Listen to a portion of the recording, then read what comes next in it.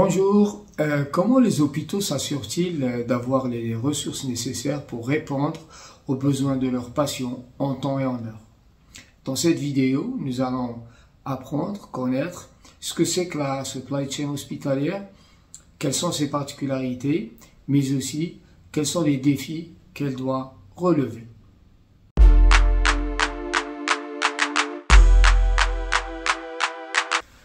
Comment pourrait-on définir la supply chain hospitalière? Il s'agit en fait de gérer les différents flux physiques d'informations, mais aussi des flux financiers, depuis le fournisseur du fournisseur jusqu'au patient ou l'utilisateur final au sein de l'hôpital. L'objectif de la gestion de ces flux-là va assurer la sécurité, l'efficience et la qualité des soins que l'on pourrait espérer. À ce niveau-là, il s'agit de gérer un ensemble de fonctions que sont les approvisionnements, le stockage et puis la distribution vers les unités de soins des différents produits. Il s'agit en réalité, si l'on veut résumer la définition, d'assurer la disponibilité des différents produits et matières au bon endroit, au bon moment, avec la quantité adéquate. En réalité, quand il s'agit de gestion de flux, il faudrait, j'entends par flux physique, il s'agit aussi de gérer le flux de patients. Le flux de patients, c'est par rapport au fait que le nombre de patients qui arrivent sur l'hôpital, qui arrivent sur les urgences, ou qui arrivent sur un service ou une unité de soins donnée, il faudrait que ça soit en fonction de la capacité. Faudrait-il gérer la capacité au sein de différents services et unités de soins pour prendre en charge ce volume de demande? L'idée est de trouver un équilibre entre la capacité et le niveau de demande pour que la prestation, pour que l'acte réponde à la qualité requise, qui est de surcroît est réglementée, et il y a des procédures, il y a des normes à respecter. Donc tout cela fait que la logistique hospitalière a des particularités.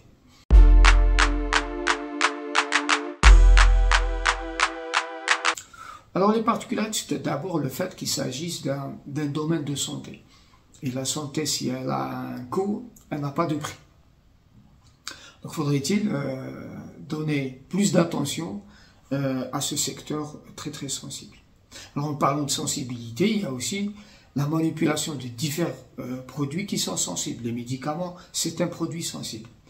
Alors au point de vue de leur utilisation d'une part, donc il faudrait avoir une traçabilité derrière, mais en même temps la gestion, puisqu'il y a des dates d'expiration, et en parallèle vous avez des produits médicamenteux que l'on doit gérer après en termes de fin de vie pour les jeter éventuellement ou en tout cas les détruire. Faudrait-il à ce niveau-là aussi respecter, n'est-ce pas, des normes et des façons de faire. Alors, en termes de particularité, nous pouvons rajouter le fait que la prise en charge des patients nécessite également leur hébergement et puis assurer la restauration en plus des actes médicaux de soins. Alors cela donne également une difficulté supplémentaire puisqu'il faudrait-il gérer en termes par exemple de restauration certains plats qui doivent répondre un peu aux contraintes que doivent subir certains patients en termes de un plat salé, un plat sucré ou un plat ou plus une soupe plutôt qu'autre chose. Donc faudrait-il qu'il y ait une certaine réactivité au sein de l'hôpital pour pouvoir assurer et en bonne qualité ce type de restauration. Il y a également d'autres préoccupations telles que la stérilisation des différents équipements. Il y a un problème de blanchisserie où il faudrait nettoyer tout ce qui est drap, tout ce qui est blouse, etc. D'ailleurs, la raison pour laquelle les hôpitaux ont tendance maintenant à externaliser ces activités-là et puis focaliser sur le cœur du métier. Donc il y a des prestataires logistiques qui offrent aux hôpitaux de la région de la restauration, mais également de la blanchisserie, de la stérilisation, et toute activité qui est autour. Cela permet à l'hôpital, effectivement, de se concentrer sur son corps de métier et puis de payer une facture à la fin du mois au profit du prestataire. Alors, en termes de particularité aussi, c'est que derrière, il y a une réglementation relativement stricte auquel la supply chain hospitalière doit répondre. Et ça ne fait que donner plus de complexité, plus de difficultés à gérer la supply chain hospitalière, puisqu'il y a derrière toute une réglementation et de normes de procédure à respecter.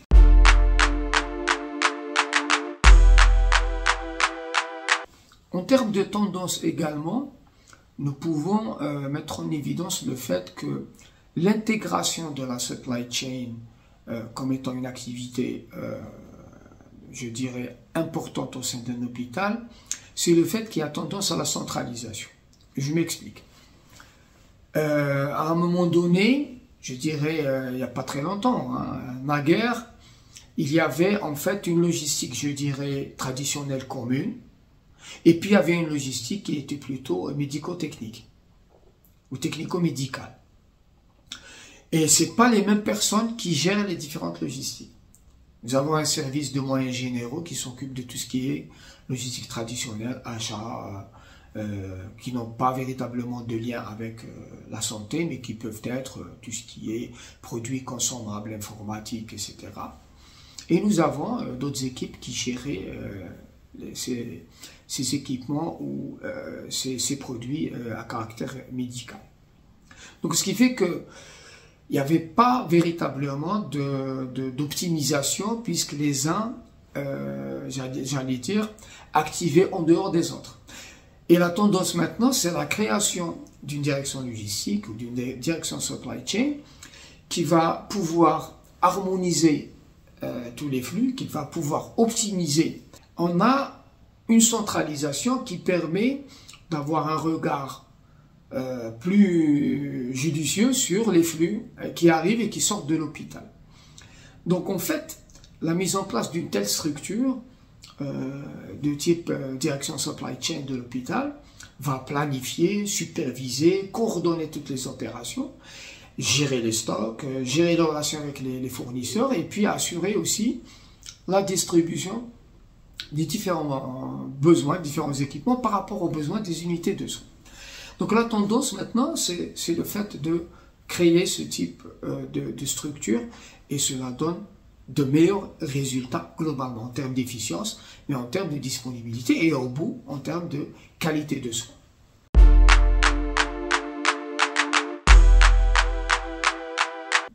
Une deuxième tendance, c'est en réalité la digitalisation.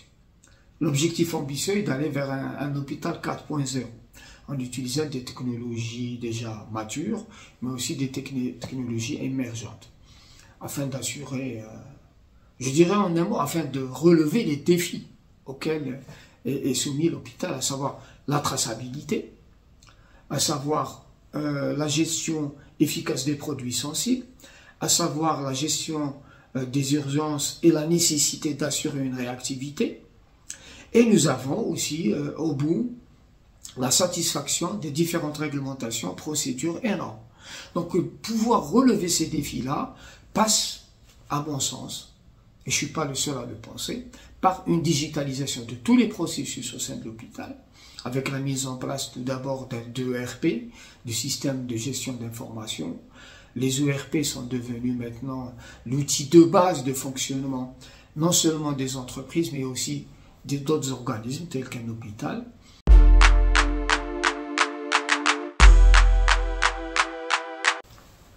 Qu'est-ce qu'on pourrait dire en conclusion?